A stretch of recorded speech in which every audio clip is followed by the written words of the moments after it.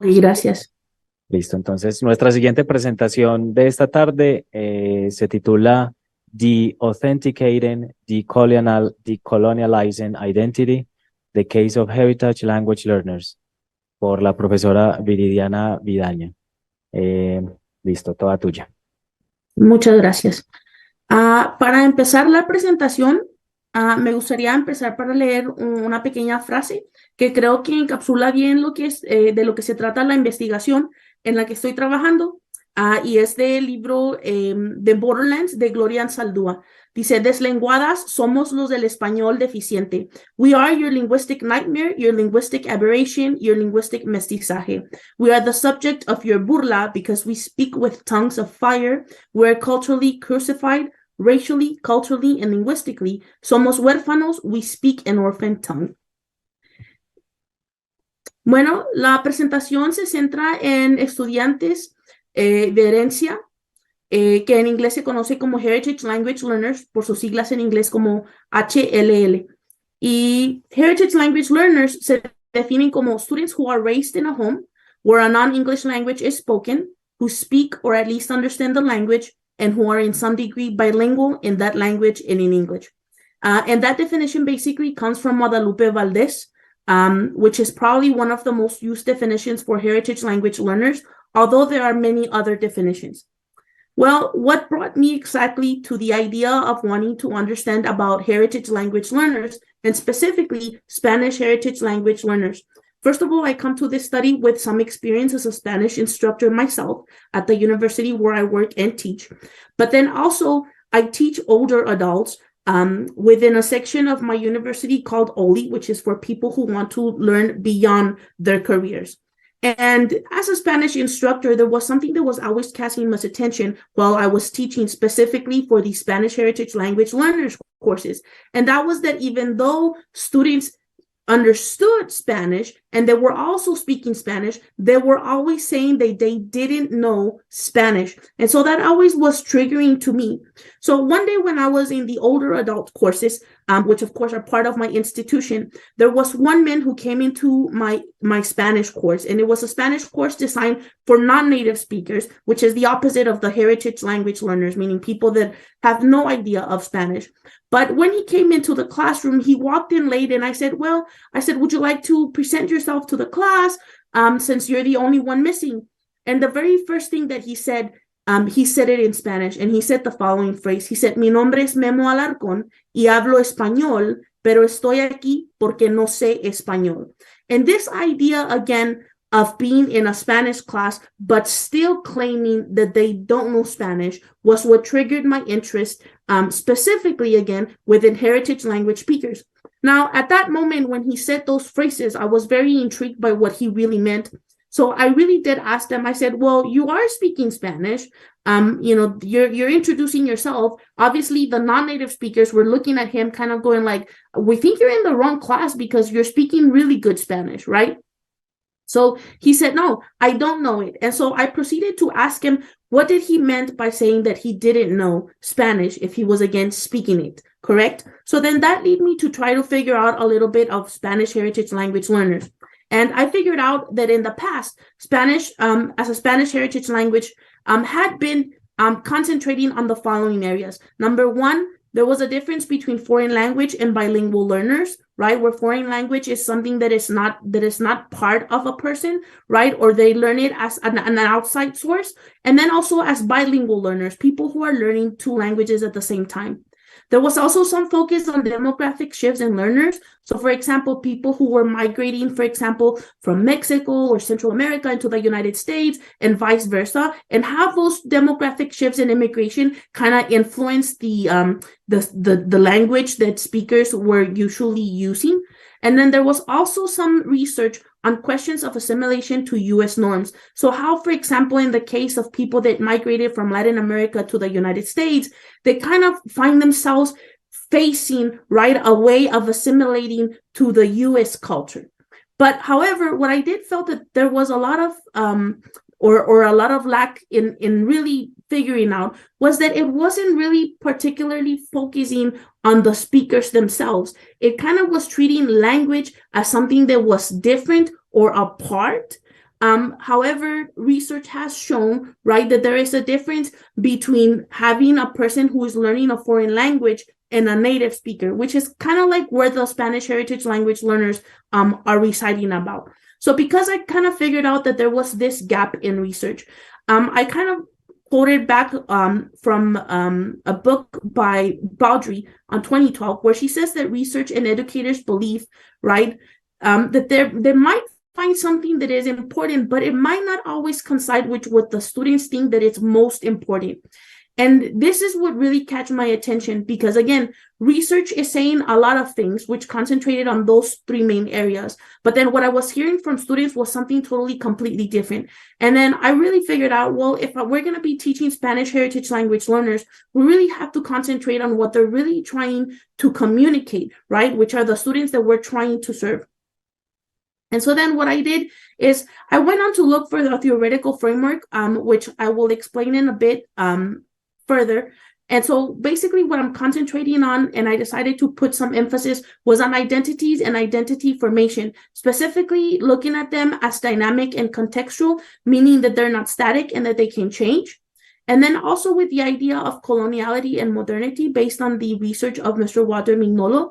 And then also to look at language ideologies as a body of ideas that are seen with regards to language, right? For that, I also looked at things like iconization, fractal recursivity, and the potential of erasure. And for that, I kind of looked at one overarching question. And the main overarching question for the research was, how do language ideologies, how do those ideas about language that people have, that people hold, how do they shape the identities, and the identities specifically of Spanish heritage language learners? So in order to address this question, I first had to look at two sub-questions. So the very first sub-question was, what are the language ideologies of Spanish heritage language speakers, the students, and then the instructor at a higher education institution, which is located on the United States-Mexico border? And the second sub-question was, what are those language ideologies? What are those ideas representative of? Because again, with the idea that Memo and the other Spanish heritage speakers, even though they're listening and they speaking in Spanish, the idea of them saying that they don't know Spanish, I really was trying to understand where this idea of I don't know Spanish was really coming from. And so then the research was conducted, again, in a higher education institution, which is located on the United States-Mexico border. And this is a bilingual and a bicultural city. I used the pseudonym of Macondo to keep the place anonymous. And in this place, the population is composed of 81.3 Hispanics, which is a great percentage of population. And out of this, and within the institution, 81% of students identify as Hispanic or Latinos and Latinas, and another percent of the students are Mexican nationals that cross from one place to the other. And additionally, 36% of the faculty composed of Hispanic population. And within this specific institution, there are a total of 6 Spanish courses which are offered, out of which 2 are for heritage language learners, specifically Spanish heritage language learners. About those 2 courses, we have Spanish 2303 and Spanish 2304, which is sequence number 1 and sequence number 2, which, as the descriptions pretty much tell, they're courses that are designed and catered for bilingual students who are either native or that have inherited Spanish somehow because of familial ties, and that have acquired some sort of listening and speaking skills in Spanish, but that somehow are seeking to develop more of those reading and writing skills. The methodology that I included in this study was qualitative. I used a purposeful sampling of 22 participants. The requirements for them to be participants were that they had to be over the age of 18, and they had to be enrolled within one of the 2 sequences of the Spanish heritage language courses. So either Spanish 2303 or 2304.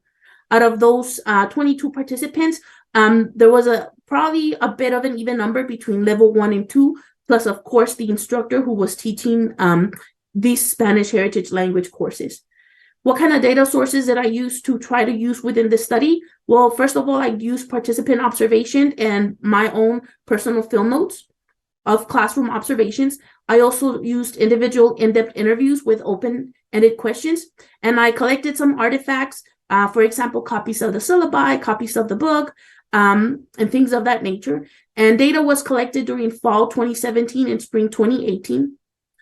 The data analysis included some transcription of those in-depth interviews where I used open and focused coding and where I used memos to create analytical topics and generating themes. Within those themes and those findings, I found three major themes. The first one is for language deconomizations. The second one is for identity suppression. And the third one is for identity recovery. So in the following slides, I will continue to first explain what each of these findings and themes really means and what exactly did I find within my observations and the in-depth interviews. So the first one, and again, all of these leading to the de-authentication and the decolonizing of identity, specifically of heritage language speakers. So the first one was for language decolonization. Language decolonizations represent those language ideologies, those ideas that people held, which view Spanish and English as opposing dichotomies, sort of like opposing ends and opposing enemies, and which in turn, they serve to afford and or constrain the students' identities, specifically that of Spanish heritage language learners.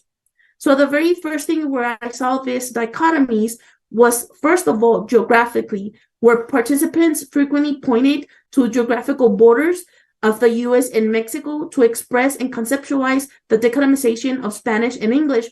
And they did so basically by capturing that reference of over there and over here. Again, it's important to recall that this specific institution is really located between the border of the US and Mexico. So this idea of over there for Mexico or for Latin America and the idea of over here for the United States or specifically for Macondo was like very, very key. The other thing is that these geographical dichotomies were very well synthesized by one of the participants who made it very clear, just as well as the other participants, that every language had their own, or every country had their own language. And by this, they meant that English particularly was in and of the United States, and Spanish was in and of Mexico and or Latin America. Now, these language decolonizations that were geographical were further internalized during the pre-K to college experiences of these students. There was, again, a total number of 22 participants. Participants that were born in the United States were 18. There was one that was, again, born as part of an incorporated territory to the United States, which is Puerto Rico. And then there were two participants that were born in Mexico, although one of them was brought into the United States at a very young age. And then there was one participant from Guatemala, which, again, kind of like with one of the participants from Mexico, he was born in Guatemala, but he was brought to the United States probably by the time he was only 3 days of being born, of his birth. Out of those 22 participants, 19 of those participants were enrolled at an early age in U.S. schools. That involves anything from pre-kinder to kinder. Pre-kindergarten was 11 participants, which is below the age of 5.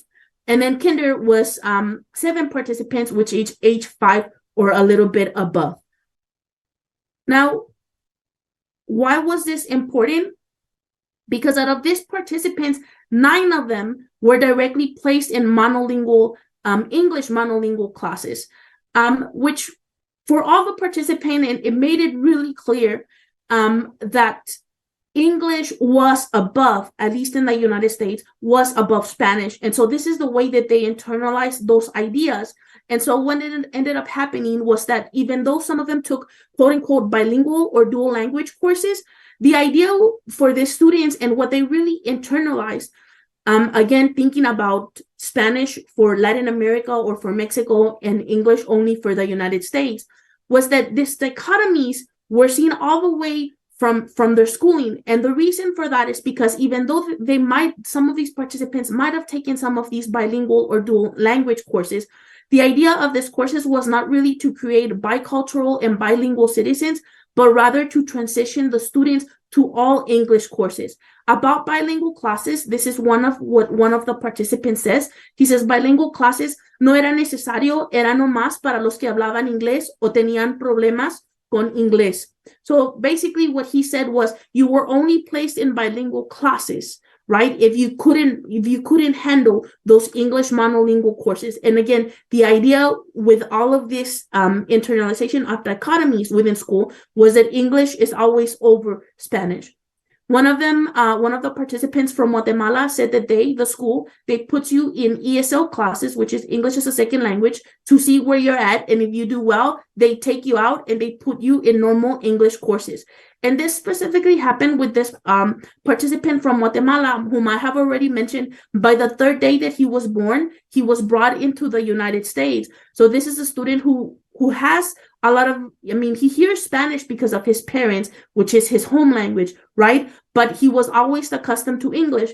And despite his use of English, just because his birth certificate said that he was born in Guatemala, the school was despising everything or all the funds of knowledge that this student held and placing him in an ESL class. Although the very first days he proved that he was able to speak English, and then he was moved, proving once again that English was highly valued over Spanish, right? What other thing did students learn in school? Well, they have to take something called the TAKS test, which is a Texas Assessment in Knowledge Skills. And this is a test that is given to students all the way from 3rd grade all the way to 11th grade. And students must pass this test, which is required not only by the state of Texas, but by the whole United States. And if students don't pass this test, then they can't advance in their schooling. Now, out of the, 22 participants that we had, 19 were the ones that were enrolled at an early age in U.S. institutions. And out of this 19, 9 again were in English monolingual courses. Well, out of the 10 that were left, 10 out of those 19 participants, though they had, again, early age enrollment, they were not placed directly into monolingual classes. Although we had 3 of them that were placed in Spanish courses, 6 of them that were placed in bilingual courses, and 1 of them that was placed in a dual language course. Again, what these students learned was that the objective of these courses was not to help them be bilingual or bicultural, but rather to transition them only English. As one of the ways in which students internalize this comes to the idea of trauma, right? So one of the participants said the following, as she was recalling and telling her experiences. She said, mi maestra me traumó, estaba forzándonos en primer grado, estaba preparándonos para 3rd grade, pero en primero era bien estricta, bien mala, y me quedé traumada. Now, this is a student, again, who is in 1st grade, right? And she's being prepared by 3rd grade, and she's being forced by the teacher to write a 3-page essay. And this essay had to be done in English because, again, students are forced, right, to pass this test if they want to advance academically. Of the participant that was from Puerto Rico, although he said he had knowledge of English because his parents had the idea of migrating to the United States, he said that school was very strict with him and they were waiting for him to speak it and to write it lo más perfecto que tú pudieras, as perfect as you could. Which again leads us back to the idea that school, right, they're internalizing not only this dichotomies between one language belonging to one nation or to the other, between one language being over or of greater value over the other, but that also language in itself has to be perfect or has to be standardized, which traumatized some of these students. There were also some Mexican nationals. Again, one who was born in the United States, though he did majority of his schooling in Mexico. And then there was one who was brought to the United States at the age of 13. Now, both of these people said the following. Both of these participants took ESL courses, but they also passed the TAKS test. And then they were later describing the following. Diana described as normal English classes where English is spoken as super rápido, muy fluido, and not medio mocho or half mutilated. Again, the idea is that language cannot be half mutilated or it cannot be quote unquote degraded, but that it has to be perfect, be it English and Spanish. And then Damian, who was born in the United States, and though he was transferred or his parents took him to Mexico, he said the following about coming back to the United States. He said, yo lo pondría como si fuera vuelto a nacer. And basically what he was referring to was that by the time he was able to come back to the United States, even though in Mexico, he was already considered a junior, he was already in 11th grade, he was degraded all the way to 9th grade. And he said, they didn't consider my funds of knowledge. They didn't consider what I had learned. He said, and the reason why they didn't consider, he said, because I spoke Spanish. So again, the idea that English is valued over Spanish for these participants. One of the participants said that learning English for her was kind of like this idea of catching the English bus. And she said the following: it was like catching the English bus. It took me a little bit, but I guess eventually trying to catch up so hard, I completely neglected my Spanish, like completely just lost it, and it got out of my mind. So participants were really highlighting that even though they knew Spanish, they grew up with Spanish in their home, the idea, this decolonizations that they were internalizing from school were really the ones that were having them internally neglecting their Spanish and really forgetting about it because they felt that the only important language really was English. And not only did students learn that, but they did that through punitive measurements, which they encountered at school. For example, one of the participants said that in her school, if she was caught speaking Spanish, even if it was during recess where they could get their lunch, they would get detention. And so because she was fearing detention, she decided not to speak Spanish and she kept to English. Furthermore, one of the participants said that even though her sister, right, she only understood Spanish because that was her first language, when their parents took her to school, the school was medicating her with medicine and they really didn't care, right? They were saying that she had ADHD, and they were saying, even though their parents were trying to explain to the school that the sister was really not understanding their questions because English was not her main language, right? The school was just ignoring it and they were completely just giving her medication. So this shows how students were not only receiving punitive measurements, which were kind of external, kind of like detention, but they were also affecting their health in terms of receiving, for example, medication simply for not speaking English and perfectly, especially as the kids would want it. And not only did students internalize this idea within the classroom, they also internalized it in the playground. One of the participants talked about this idea of the English kids versus the Spanish kids, and she would talk about the way that within the playground, kids would fight depending on the language in which they would speak. So since they were in the playground, they were already kind of internalizing and making others aware of this decolonization between languages. When I spoke to one of the students and I was asking them to trace back on their language learning and their journey through higher education, one of the students, her name is Lourdes, she simply turned back the paper and she drew this image of a placement exam. Now, recall that in order to be placed into one of these Spanish language courses, the placement exam was required, which really, it was really kind of like a shock to think about how students are internalizing these placements exams because they kind of saw it as the tax test, as a thing that they had to master. And the most important thing the students kind of focus on was written accents, those orthographical accents. And they said that written accents were symbolic of the idealized standard variety of Spanish. And it was seen in dictionaries and also in their grammar books, those books that were used in the Spanish course. One of the students said, Spanish is acentos, acentos, y más acentos. And basically what they said is, if I cannot master accents, I cannot say that I know Spanish, which was, again, the idea that all of the students had when they reached the class. Even though they were speaking Spanish, even though they were listening to Spanish and they could understand what you were saying, their idea of I don't speak Spanish was based on the idea that their Spanish was deficient. And it was deficient because through their schooling, Spanish was always pushed back and seen as unvalued. And because in order for them to say that they knew Spanish, they felt that they needed to master accents. And so one of the students says, if you want to classify yourself as very proficient in Spanish, then you should also learn how to write it properly. And by that, she meant not just to speak it or to read it. It is very important that you also learn how to spell it correctly, spell the word, because we really don't know how to spell the word correctly if you don't put the acento on it. In order to be proficient, you got to write just as good as you speak. Again, the idea that in order for Spanish to be good, right, in order for them to claim their identity as Spanish speakers and as Mexicans or as Latin Americans, they needed to master accents. One of the students said, I felt stuck in the middle. She said, I felt like I did lose a lot. She said, oh, I'm American and I speak English. And she says, people, when she says, even when I speak English, the people in the United States, they think that I have an accent. She says, and then when I go to Mexico, because I can't write it, right? or because I speak, Spanglish per se, they say, oh, eres una pocha, and you don't know, right?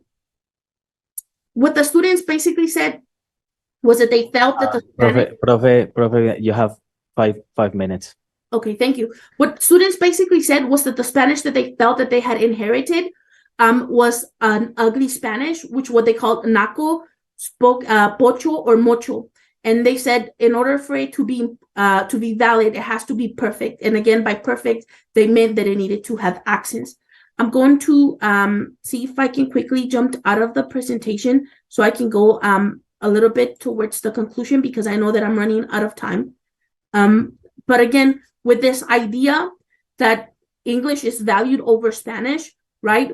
And looking at those questions that I was looking at, which was how do language ideologies shape the identities of Spanish heritage language learners?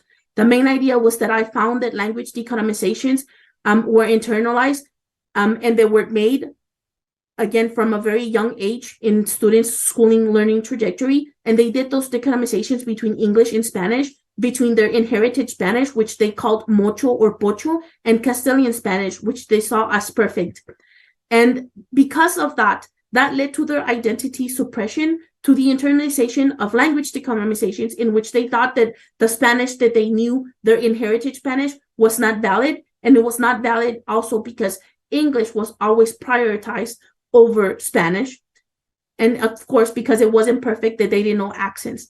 And so that led to the last conclusion, which was for identity recovery. And that for students meant that in order for them to claim that they knew Spanish, they needed to know accents. Why did I thought that this was important, specifically thinking about the UNESCO Sustainable Developmental Goals? Well, because it impacts the quality of education when one language is valued over the other and they're not seen as equally important. What does that do? Well, that if we do bring change, it will reduce inequalities within education, but also within society.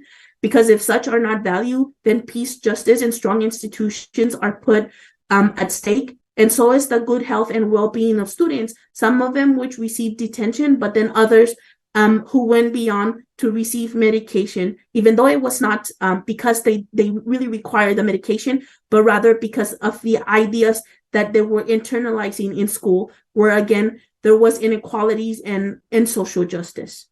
And then I'll stop now so that I can leave some space for questions. Okay, thank you. Thank you, Profe Vidaña, for your presentation. Very interesting.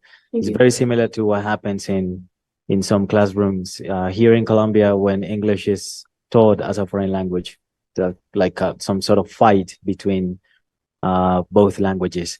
Anyone has a question in the audience or in the chat?